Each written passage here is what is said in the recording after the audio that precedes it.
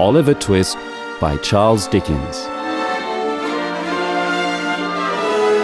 Retold by Jenny Dooley.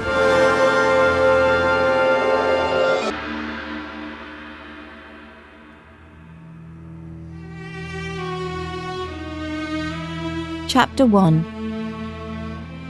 At the Workhouse.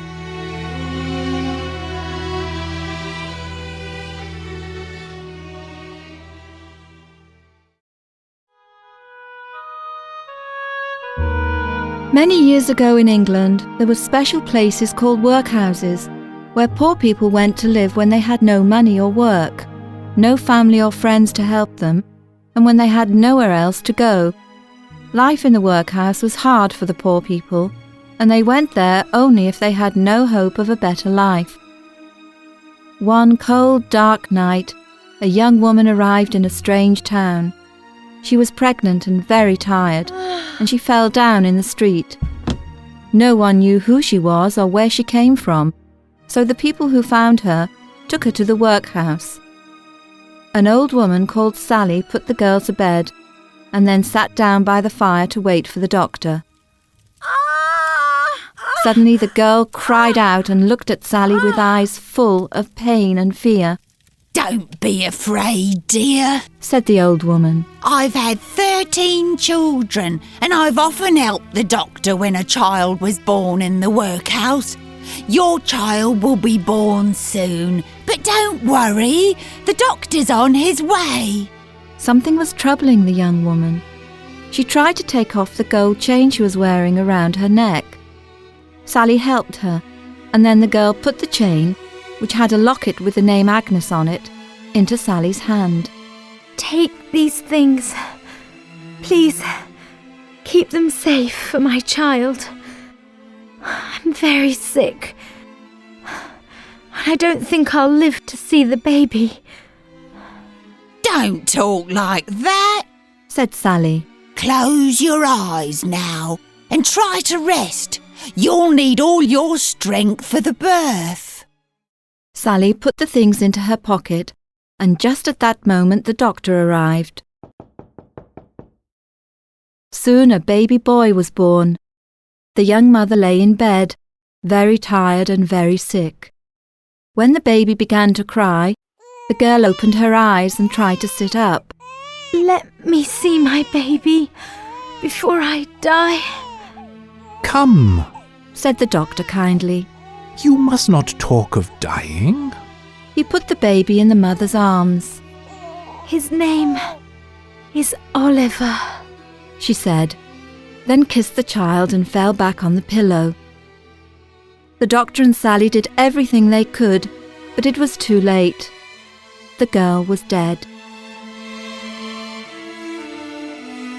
"Well, Sally, I'm afraid there's nothing more I can do here," said the doctor sadly to the old woman. "Where did she come from?" "I don't know, but she walked a long way to get here. Her shoes were worn out." "And the baby's father?" "We don't know anything about him. Maybe he's dead. She arrived here alone." "Poor girl," said the doctor, and he sighed as he put on his hat and gloves. Then he said good-night to Sally and went home. "Good night, Sally." When Sally was alone again, she sat by the fire with the baby in a cradle at her feet. She took the locket out of her pocket, and for a long time she looked at it and at the sleeping baby. There were 2 small locks of hair in the locket, one fair, like the girl's, and one dark. There was also a gold wedding ring inside it. At last she put them back into her pocket and shook her head sadly. "Poor baby. I'm sorry, but I'm going to keep these things and sell them myself. Then I can have a bit of money now that I'm old. I've lived in the workhouse for 50 years, and life here is very hard." Children didn't go to the workhouse until they were 9 years old. Before that, they lived in another house, where somebody looked after them and received money to pay for their food. Oliver went to live in such a house with Mrs. Mann, an old woman who kept most of the money for herself, and didn't take good care of the babies and children. For the first 9 years of his life, Oliver lived there, and during that time he never heard a kind word, and he never had enough to eat.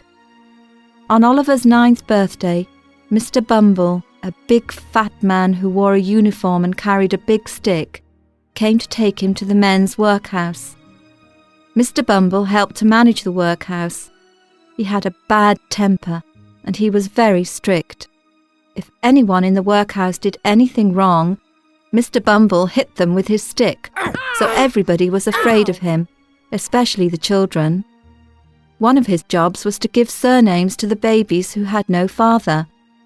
No one knew the name of Oliver's father, so Mr. Bumble gave him the surname Twist. Life in the workhouse was very hard, and the boys were always hungry. The food was always the same, a bowl of soup, which was mostly water, and on Sundays a small piece of bread. The master of the workhouse served the soup from a big pot, and he gave just one bowl to each boy.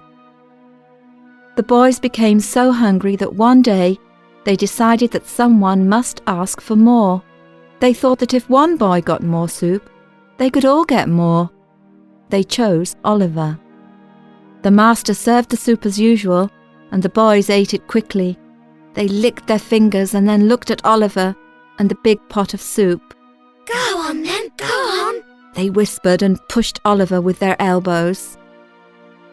Oliver was afraid, but he stood up, picked up his empty bowl, and walked slowly to the master. There was complete silence. All the boys were waiting, hopefully. Oliver held out his bowl. Please, sir, I want some more. The master couldn't believe his ears. He looked at Oliver's pale, thin face and the empty bowl. What? Please, sir, I'm hungry. I want some more, said Oliver again. Mr. Bumble! Shouted the master, and he hit Oliver on the head with his big soup spoon.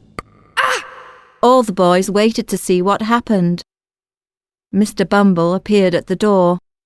What's the matter, master? Oliver Twist wants more soup. Mr. Bumble's face went red and he looked very angry. What?